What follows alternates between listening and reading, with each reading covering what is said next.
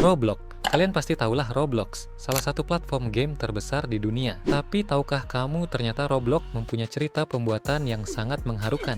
Jadi, pada tahun 2004, ada dua sahabat bernama Eric Cassell dan David Baszucki yang menciptakan sebuah platform bernama Dynablocks. Saat pertama kali diluncurkan platform ini, bukan hanya sekedar game melainkan sarana belajar yang memungkinkan anak-anak membuat serta memodifikasi dunia virtual mereka sendiri sambil mempelajari konsep sains dan fisika. Setahun kemudian, nama platform tersebut resmi berganti menjadi Roblox. Awalnya Roblox dirancang untuk kebutuhan edukasi, namun seiring waktu fokusnya beralih. Banyak pemain justru membuat game-game kecil. Salah satunya Rocket Arena yang tercatat sebagai game pertama di Roblox. Sayangnya pada tahun 2013, Eric Cassell meninggal dunia akibat kanker dan ia tidak sempat menyaksikan game ciptaannya berkembang hingga dimainkan miliaran orang di seluruh dunia. Jadi kalian yang suka main Roblox berterima kasihlah kepada beliau.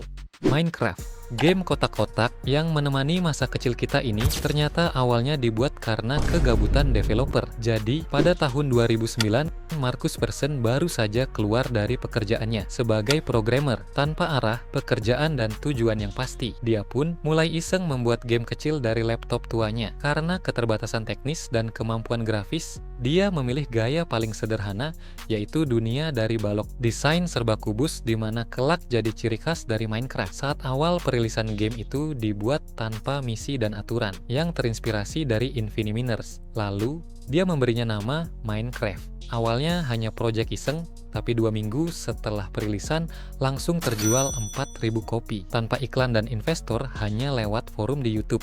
Lego Juniors. Siapa yang kecilnya suka main game ini? Coba komen. Game garapan Lego System asal Denmark ini diciptakan oleh developer sebagai game ramah anak dan dirancang sesederhana mungkin supaya kalian bisa belajar membangun, berpikir logis, dan berkreasi sendiri. Game ini fokus ke pengalaman bermain yang menyenangkan, bukan kompetisi ataupun tantangan berat. Sejak perilisan game ini jadi favorit anak-anak di tahun 2014 sebagai game edukatif. Sayangnya seiring waktu Lego menghentikan game ini dan menghapusnya dari Play Store. Ada yang tahu kenapa? Super Bear Adventure. Siapa sangka game beruang yang populer dan viral ini dibuat hanya dari satu tangan developer saja, sebelum akhirnya diproduksi oleh Earthquake Game asal Perancis. Awalnya dia iseng bikin game nostalgia yang terinspirasi dari game Super Mario 64, tapi hebatnya semua itu dikerjakan sendiri, mulai dari coding desain dunia sampai animasinya.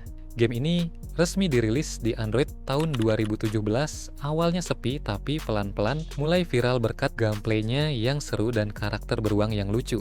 Coba komen yang kangen sama game ini. Baby Bus. Siapa yang nggak kenal sama panda kecil ini?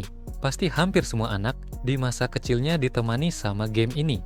Yap, Baby Bus. Tapi tahu nggak kalau game ini ternyata dibuat dari kisah nyata?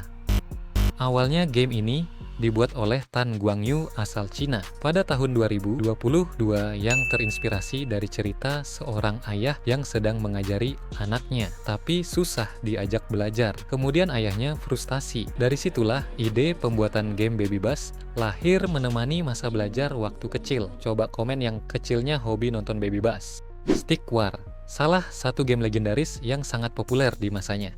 Awalnya game ini ternyata lahir dari proyek kecil yang tak sengaja meledak. Jadi pada tahun 2008 ada dua developer asal Kanada bernama Jackson Whigham dan Brock White. Mereka membuat game strategi yang terinspirasi dari game Age of Empires, tapi dengan versi lebih ringan, cepat, dan mudah diakses. Game ini diberi nama Stick War yang pertama kali rilis di website Flash di tahun 2009 dan langsung viral karena gameplaynya simple tapi adiktif. Setelah sukses, mereka meluncurkan versi mobile di tahun 2016 yang dikenal sebagai Stick War Legacy. Dan sekarang game ini jadi nostalgia semua orang di seluruh dunia. Siapa yang masih main game ini?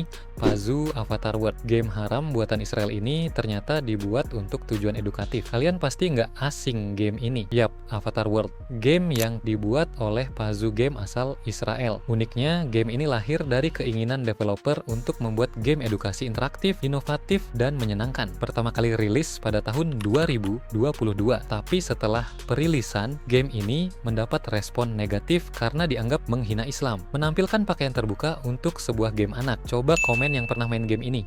Tocha Boca. Kalian pasti tahulah game ini, tapi pasti kalian nggak tahu tentang fakta mengerikan di balik pembuatan game Tocha Boca di dunia nyata. Jadi, game ini ternyata sebenarnya dibuat dari kisah nyata, di mana karakter cewek pada game ini dulunya disekap dan rumornya cewek ini disiksa sampai leher, hidung dan lengannya pada biru-biru, dan ternyata pelakunya adalah cowok ini. Menurut cerita dia adalah psikopat kejam, dan korbannya bukan cuma satu tapi juga sosok monster putih ini. Ada yang bilang dia sebenarnya manusia yang dipaksa pakai kostum monster. Dan kenapa kepalanya pakai topi? Karena buat menutupi bekas dia dipukuli.